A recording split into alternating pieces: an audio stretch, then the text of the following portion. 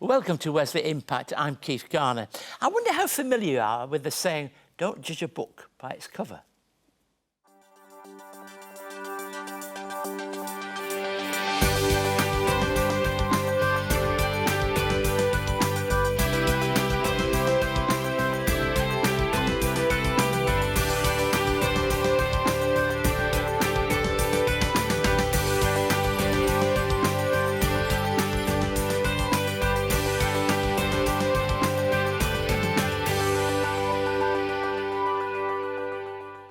Thank you for sharing with us today. I'm glad you're joining us and hope you're enjoying the Easter season. At Wesley Mission, we know all too well the many people who come through our doors have a story to tell, each an individual story that's quite different from the first impression they may make.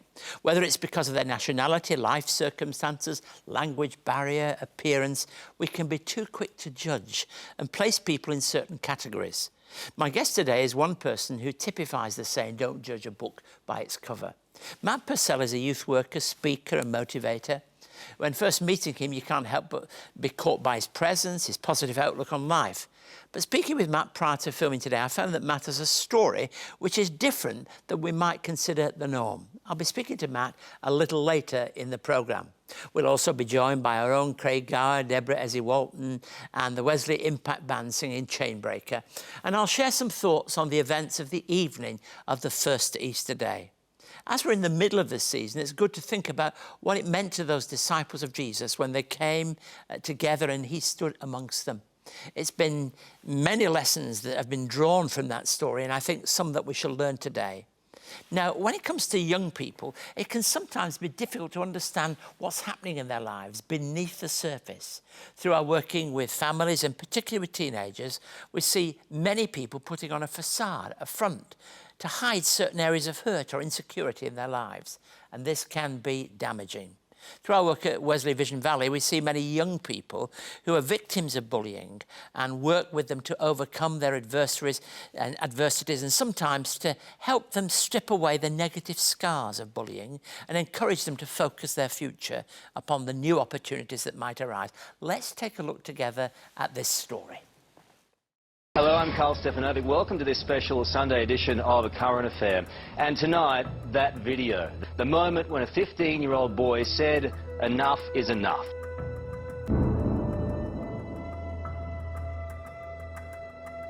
They were saying that I was dumb, I wasn't smart enough, I didn't want to go to school, I didn't want to get out of bed. My mum found it really hard to try to get me back on track to going to school and everything, but it just got worse. I used to hit people when they said things about me, and at one stage I actually ended up getting suspended from school. I just couldn't take it, I snapped. It was just a little bit too much for me. When Sinead arrived, she was quite quiet. She actually came with another person that she knew that had been through the program before. She didn't really talk to many people. She was a bit like depressed, sort of like a bit sad. She wasn't sure on how the program was gonna go. I was severely nerve-wracked about it. I wasn't in my surroundings, in my element, and I had no idea what was coming to me. And then everyone was just so friendly and nice and kind and caring. Jess, to be honest, I see her more as a sister to me. She will listen to you. She is always there. Vision Valley had really helped me. They helped me open up. They helped me realize what I was doing was wrong and I should be the bigger person. They said it's okay to be you. It's okay to let people know what's going on, so then you don't have to have that guilt and worry behind it. And then after that, I just forgot about everything, and everything kind of dulled down after that. Operation Hope is there to build their self-esteem and confidence. It's early intervention, so they come out here, they're affirmed by the leaders, they have fun, they can go home with those skills, they can go back to school with those skills as well.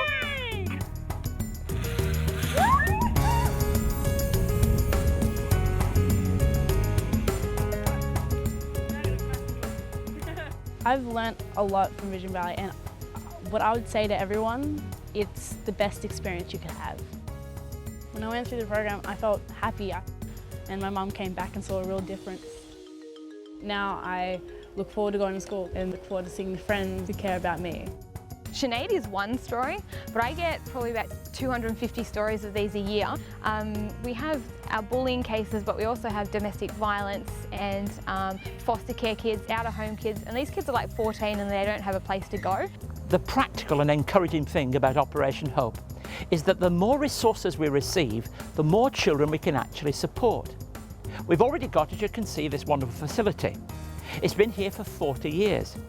And then you add to that, we've got Wesley Mission's 200 years of experience and presence in this area, and particularly in helping young people and children. And all that comes together on one site. So for $600 per child, we can support them and turn past experiences into a springboard so that they can have an exciting future. I feel that I do have a future to look forward to. I do have that hope that I could be something bigger than I thought I'd be before.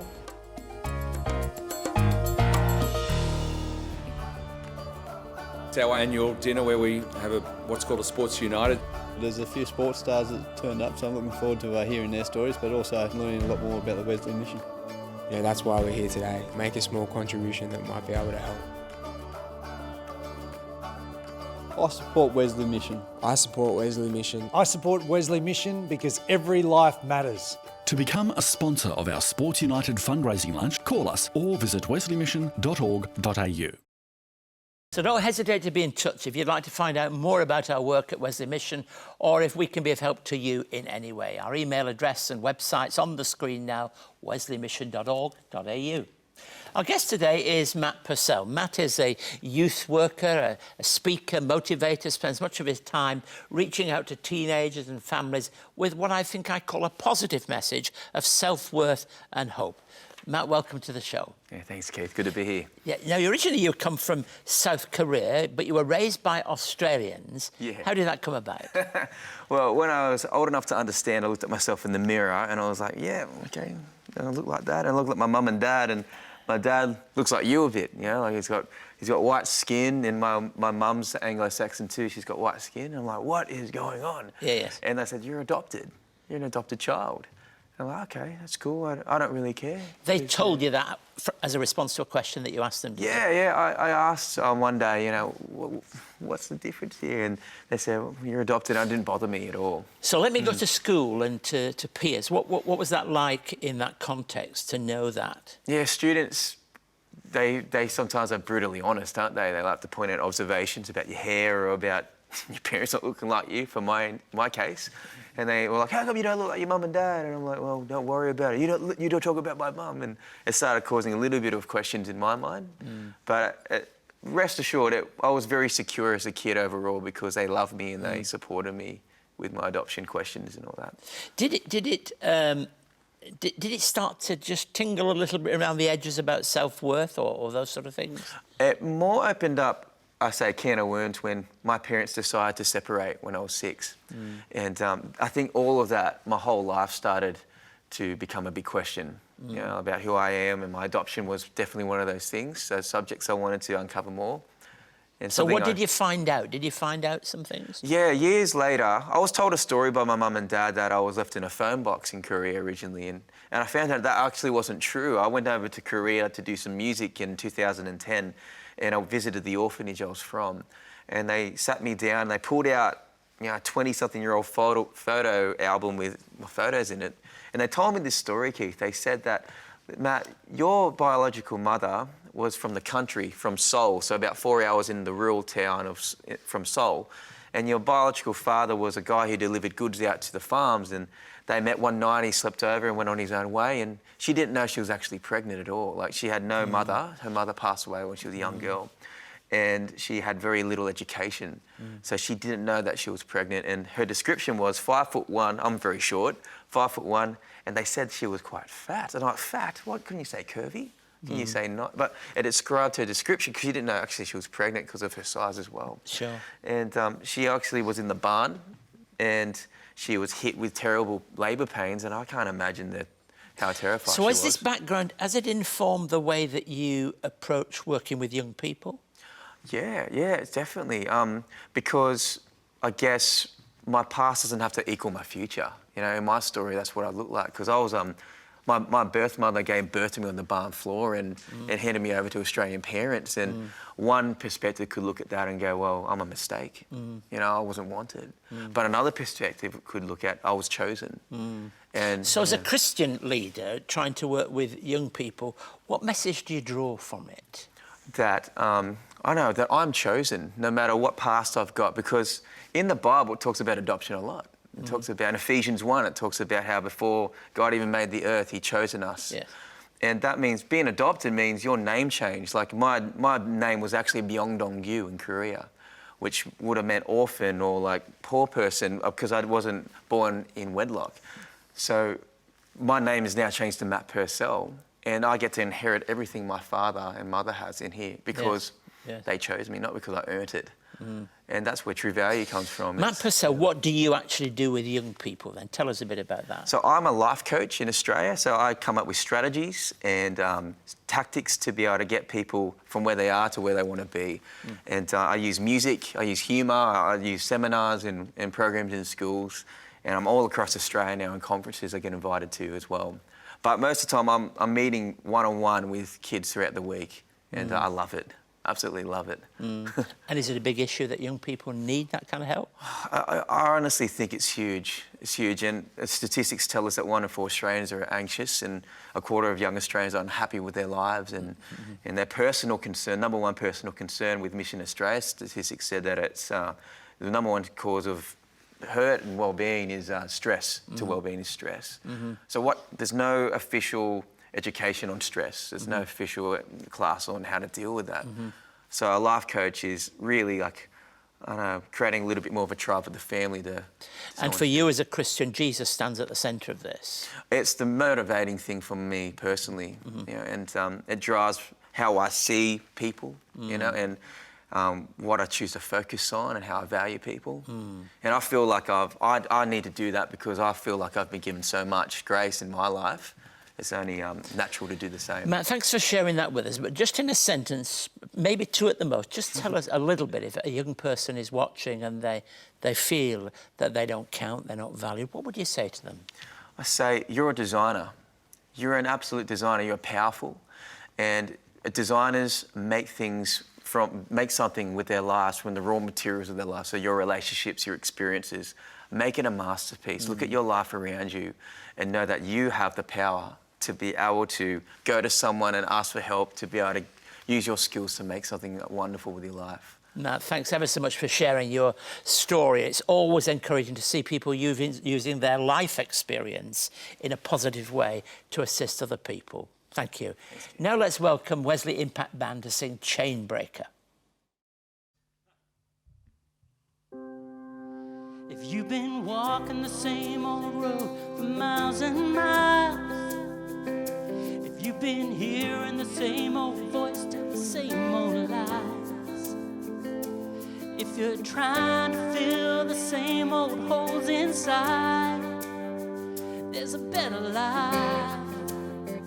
There's a better life. If you got pain, he's a pain taker. If you feel lost, he's a way maker. If you need freedom, a saving, he's a prison shaking savior. If you got chains, he's a chain breaker. We'll search for the light of day in the dead of night. We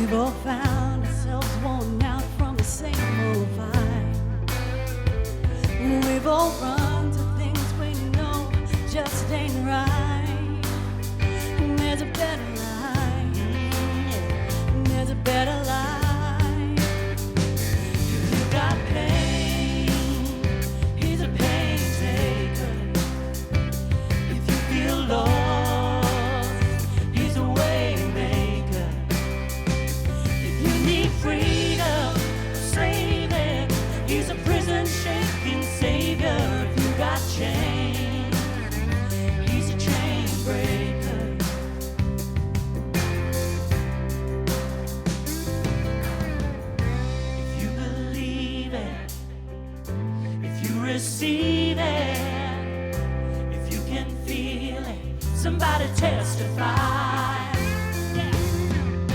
If you believe it, if you receive it, if you can feel it, somebody testify, testify. If you believe it, if you receive it, if you can feel it, somebody testify. Oh, if you got pain, he's a pain taker. If you feel lost, he's a way maker. If you need freedom, a savior, he's a prison shaking savior. If you got chains, he's a chain breaker. Oh yeah. If you need freedom, a savior, he's a prison shaking savior. If you got chains, he's a chain breaker. Oh yeah.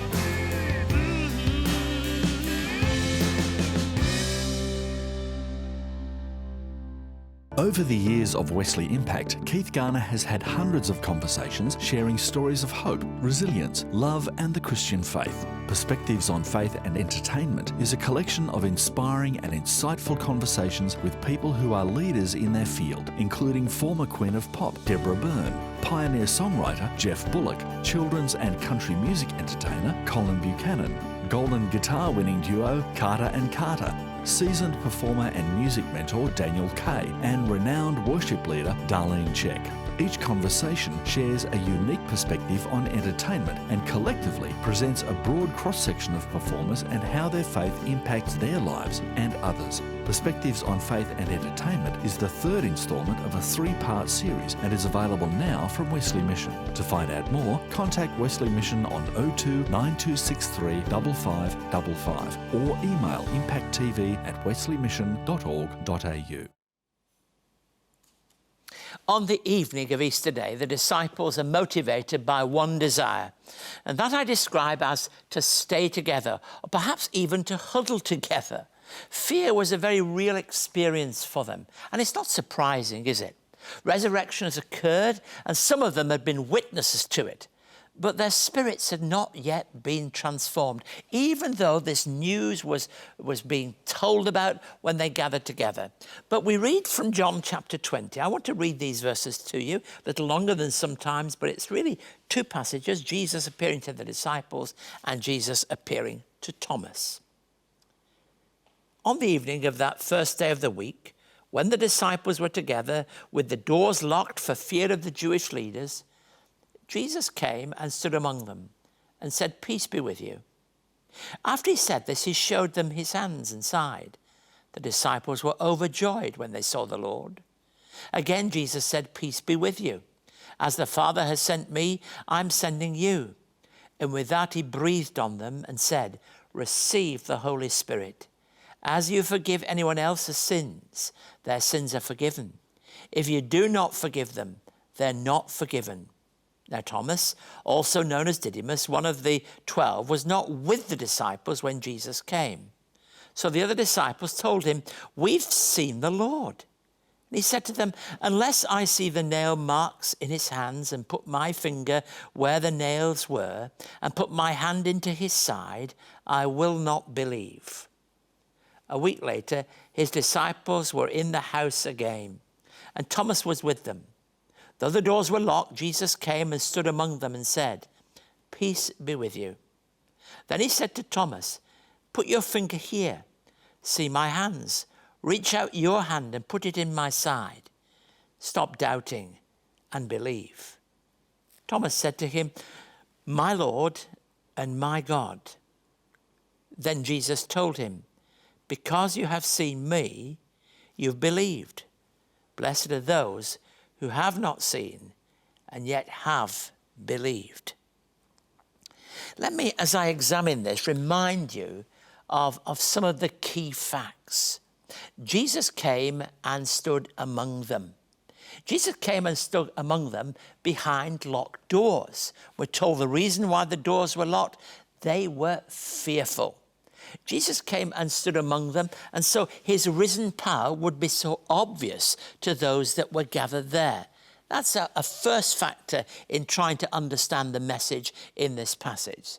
Secondly, when Jesus came and stood among them, we're told something of the reaction of the disciples. They were overjoyed. The disciples were overjoyed when they saw the Lord. So there was obviously an immediate recognition. So it was the same Jesus who had walked to Galilee, who had talked, who had healed the sick, who had reached out to them, and who had called them to be disciples. But they were overjoyed because they knew all about the crucifixion and the death and suffering of Jesus. So it was a very real experience. Another factor, Jesus twice spoke of peace in verses 19 and 21, which I'll remind you of. On the evening of that first day of the week, when they met together, it goes on to say, Jesus said, "Peace be with you." Then in verse 21, again Jesus said, "Peace be with you." This was a resonating truth, not only in John's Gospel, but throughout the whole of that early life of the church. And very often when people come together to worship, they pass the peace one to another. Peace is a real sense of the presence of God. The resurrection in John is a merging of resurrection, ascension, and Pentecost. They're all brought together. But now the account of Thomas, because this demonstrates the risen power of Christ. And we all know that Thomas was not there when Jesus first appeared to them. We don't know why he wasn't there.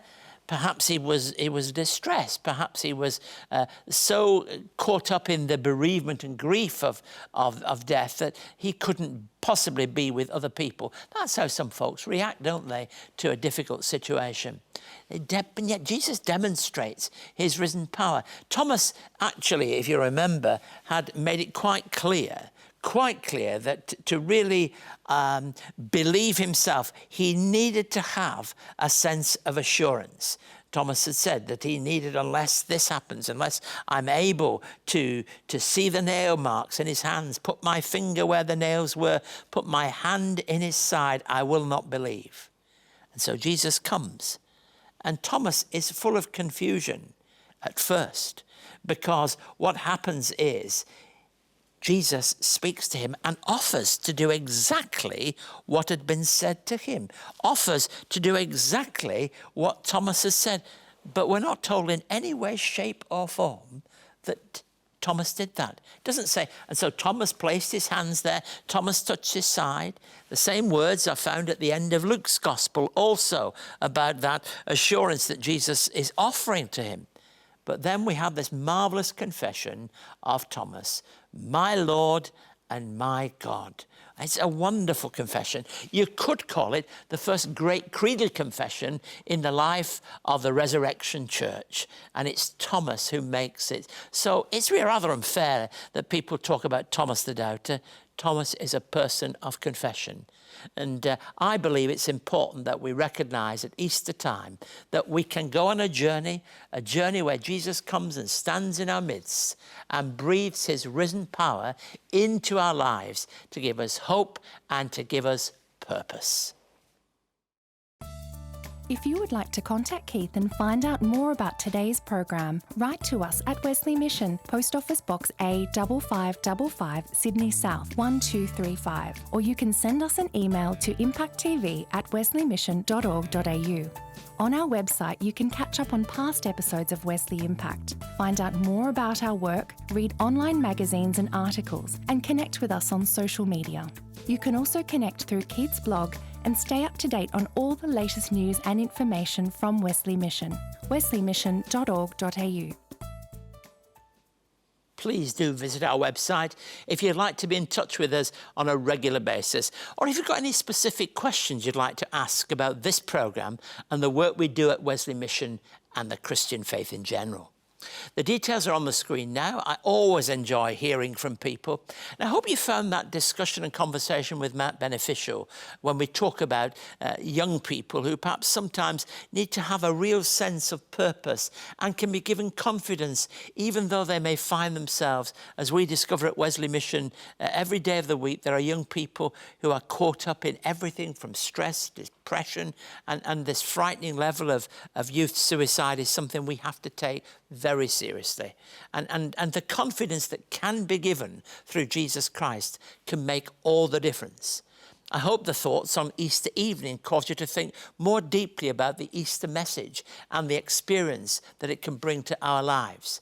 Thank you again for your company. I hope that you continue to enjoy Easter, that you don't see it all over because Easter Day is over. The Easter eggs may all be on sale. Everything else may have gone by, but Easter is very much with us. I look forward to seeing you again next week at the same time, at the same place. God bless you, and may you have a wonderful week.